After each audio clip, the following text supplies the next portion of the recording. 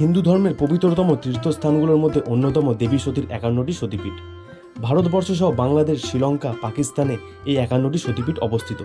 এর মধ্যে 13টি সতীপীঠ রয়েছে আমাদের পশ্চিমবঙ্গ রাজ্যে, আর এই 13টি সতীপীঠের মধ্যে 5টি সতীপীঠই রয়েছে বীরভূম জেলায়।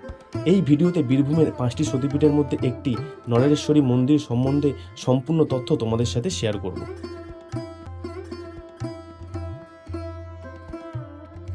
তারাপীঠ মন্দির চত্বর থেকে 400 টাকার বিনিময়ে একটা টোটো গাড়ি বুক করে রওনা দিলাম নলাটেশ্বরী মন্দিরের দিকে।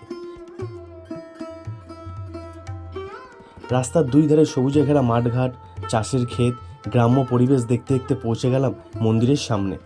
মন্দিরের সামনেই রয়েছে পুজোর সামগ্রীর দোকানপাট।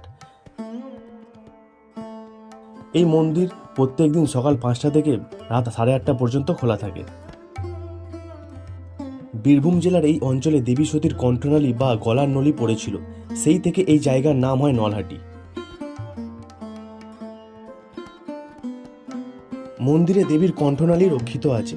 প্রত্যেক দিন স্নানের পর ও মঙ্গল আরতির আগে দেবীর অঙ্গ ভক্তদের দর্শন করানো হয়, আর ভৈরব এখানে যোগীশ নামে উক্ত। মন্দিরে মূর্তির উচ্চতা প্রায় 4 ফুট। সিঁদুরে রাঙানো মুখমণ্ডল, মাথার ওপর চাঁদির ছাতা, সুদীর্ঘ ভ্রু। দেবীর এখানে ত্রিনেত্র অর্থাৎ 3টি চোখ, দুদিকে দাঁতের মধ্যস্থলে সোনার তৈরি বিশাল জিহ্বা। আষাঢ় মাসের শুক্লা নবমী তিথিতে দেবীর বার্ষিক পুজো অনুষ্ঠিত হয়। তাছাড়াও এই মন্দিরে বছরে 2বার বিশেষ পুজো হয়। দুর্গাপুজোর 4 দিন মাকে দুর্গা রূপে পুজো করা হয় ও কালী পূজায় কালী রূপে পুজো করা হয়। তবে শাস্ত্রে এখানে দেবীকে কালিকা বা শেফালিকা যাই বলা হোক না কেন, স্থানীয়রা দেবীকে নলাটেশ্বরী বলে থাকে।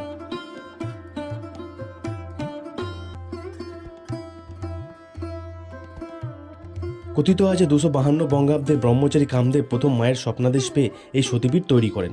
স্বপ্নাদেশ পেয়ে কাশী থেকে ছুটে এসেছিলেন তিনি। মায়ের আদেশে তিনি ব্রাহ্মণী নদীর তীরে ললাট পাহাড়ের নিচে যেখানে মায়ের কণ্ঠনালী পড়েছিল তার উপরেই দেবী নলাটেশ্বরী মন্দির স্থাপন করেছিলেন। এক সময় এই জায়গা ঘন জঙ্গল ও জন্তুতে পরিপূর্ণ ছিল। বলা হয় দিনের বেলাতেও সূর্যের আলো এখানে এসে পৌঁছাতো না। মায়ের পুজো করতে কেবল কাপালিক ও তন্ত্র সাধকরাই আসতো এখানে। তাছাড়াও লুটকারীরা গোপন রাস্তা দিয়ে এসে মায়ের পুজো দিয়ে যেত। এরপর আজ থেকে প্রায় 500 বছর আগে সরনাথ শর্মা নামক এক সাধক দেবীর স্বপ্নাদেশ পেয়ে এখানে দেবীর নিত্য পুজোর ব্যবস্থা করেন ও প্রচার করেন দেবীর মহত্ব। পরে নাটোরের রানী এখানে মন্দির তৈরি করে দেন।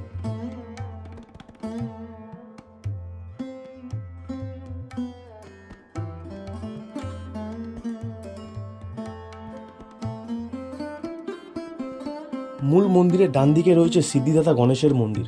কথিত আছে কোনো এক ভৈরবী এই গণেশের মন্দিরটি আবিষ্কার করেন। আজও এখানে পাহাড়ের গায়ে অবস্থিত গণেশের পুজো করা হয়। এরকম অনেক কাহিনী ছড়িয়ে আছে বীরভূমের নরেশ্বরী সতীপীঠকে ঘিরে।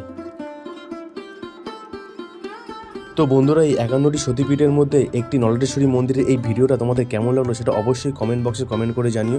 তো আবার দেখা হবে তোমাদের সাথে পরের কোনো ভিডিওতে। ভালো থেকো তোমরা।